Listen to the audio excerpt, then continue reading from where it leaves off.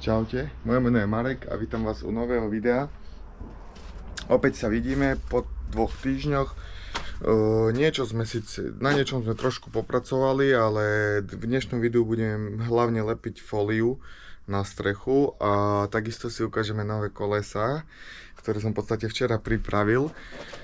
No a aj tie komplikácie, ktoré kolo toho celé akože boli a ešte stále aj sú, to si dneska ukážeme. No ale hneď čím začnem, tak je lepenie folie, keďže moji kamaráti sú tu len chvíľku na to, aby mi pomohli a potom už ja v postupom času vám poukazujem, že čo išlo. Takisto sme namontovali strop, takisto si to ukážeme, také skrutky dneska budem meniť.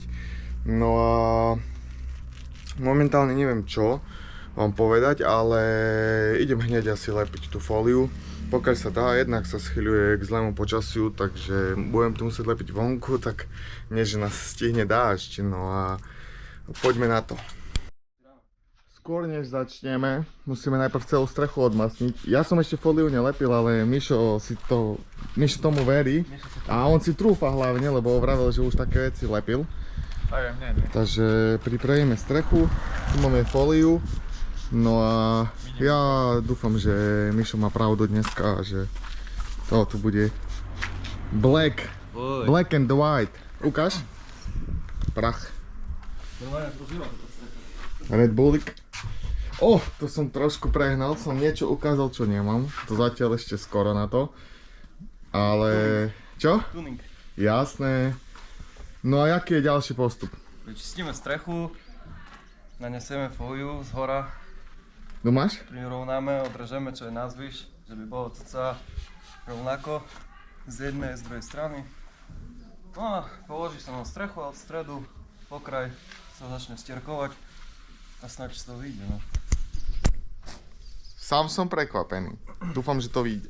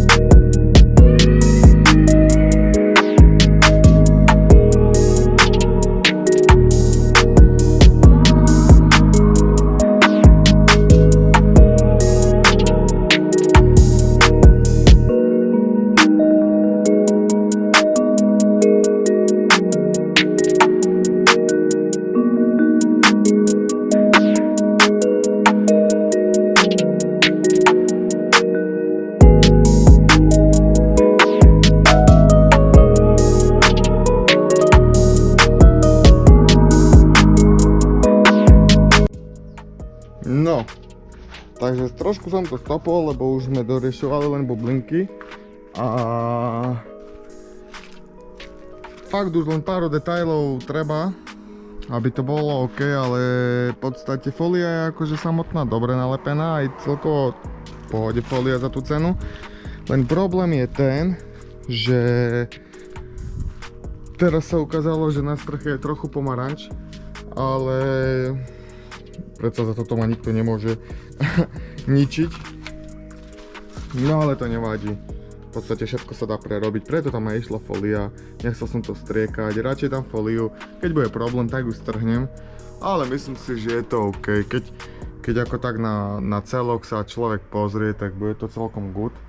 No ja som medzi tým namontoval motorček na stierače, na držku, idem namontovať motorček na odstrekovač a namontoval som predné zámky, že by som to mal, lenže gumy nemám. Sice to je taký detail, čo sa mi podarilo odlomiť je túto napichovačku na konektor. Trošku som to zlomal, ale to nevadí, to vyriešim. No a keď by som namontoval ešte tie zámky, motorček na odstrekovač, tak by to malo byť OK, akurát som zistil, že som stratil výrobný štítok a to je masaker problém.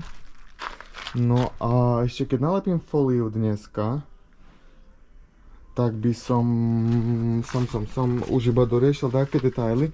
A môžem vás poprosiť, neviete mi povedať vy, ktorí to sledujete, či nemá niekto doma na predaj pásy, lebo moje sú zničené, predné sú zaseknuté, zadné sú bohužiaľ zastriekané s farbou, lebo som hlúpak a som si to neuvedomil. No a potreboval by som dozadu nové pásy, takisto všetky tie uchyty na pásy aj dopredu. Takže ak sa niekomu doma povaľujú, tak sa môžeme nejak dohodnúť a ja ich kúpim. Ďakujem. No tak máme tu ďalšiu vec, ktorú som zohnal, a to sú nové kolesa a pneumatiky. Včera som ich obul. Mali by to byť, akože je to design Oz Racing, neviem čo na to hovoríte. Do chuja, podľa mňa. Pneumatiky Nankang Ultrasport NS2 165/45 R16, takže táto guma je v takom streči. Myslel som si, že 16 budú veľa, ale tu mám jednu nahodenú, o chvíľu to bude vidno na videu, že jak to vlastne vyzerá. Ale podľa mňa je to dostačujúce a možno by tu vošli aj 17, ale stále je ten problém, že je to dosť vysoko. Aj keď viem, že si to ešte má sadnúť, uvidíme. Keď sme včera sa traja postavili, tak to bolo presne také, aký si to predstavujem, no ale uvidíme, že ako to bude. Ide to Mišo nahodiť a ja to budem natáčať, že by ste videli, že aký je ten rozdiel, aj keď nemám doriešené stále predné podložky, takže nahodíme zad a uvidíme potom ďalej, že jak to bude s predom. Viem, že tieto krytky tu nemôžu byť a aj tak ich chcem nahodiť na auto, že by som vedel, že jak to vyzerá už, že by ste to videli aj vy. A predsa to auto bude vyzerať krajšie. Aha. Wow. Raz, dva, 3, 4, 5. Ešte som aj 5 lístok našiel, takže to je prešťastie. No nič, poďme na to.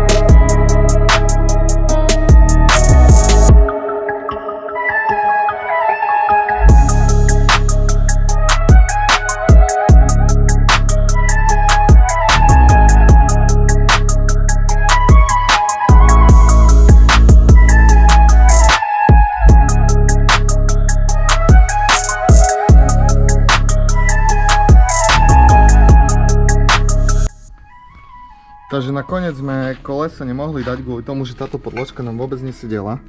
Lebo som zistil ďalší problém na tomto, ale mal som staré podložky, ktoré som nechcel, lebo sú 2 cm a nakoniec ich budem musieť nechať tak. Chcel som hlavne ten vymedzovací stred, ale pochopil som, že pri tomto type naboja to nejde. Jedine, že by som dal dole naboje a celý ten stred osu strúžil, tak ako to robí väčšina, ale v tejto situácii to tak extra nebudem riešiť. No a koleso pasuje, trošku som skrátil tieto skrutky do koles, že by mi tam sadli a tým pádom už by som mal vyriešiť viacero problémov.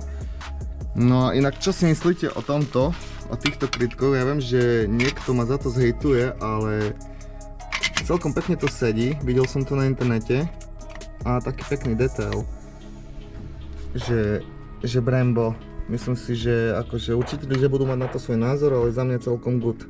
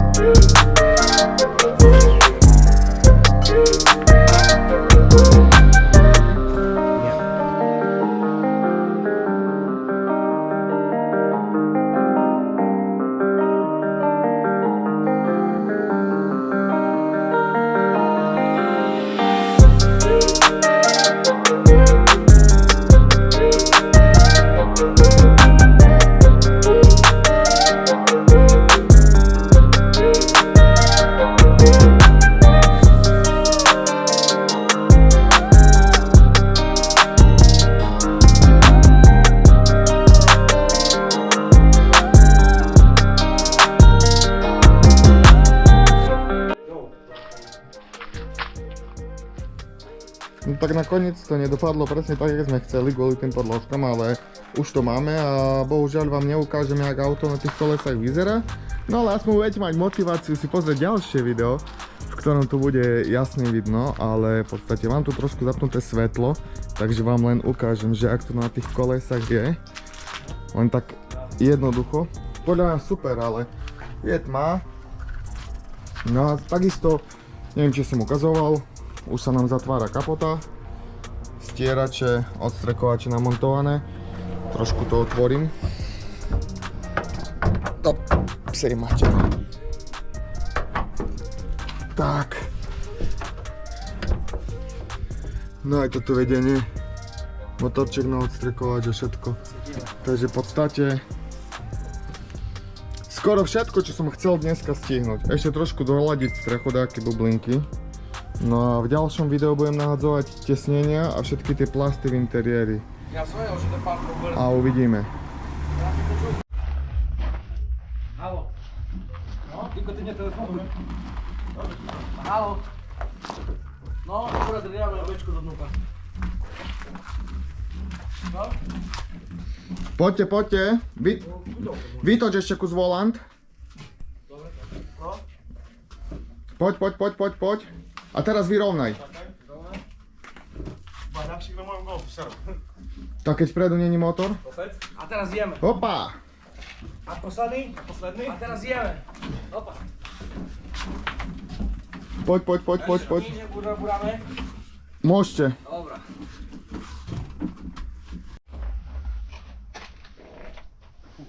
Jebeš čas, píš to na Viki. Ja už si to patrí. Idem domov, ja som sa dosral. Jebe idem domov.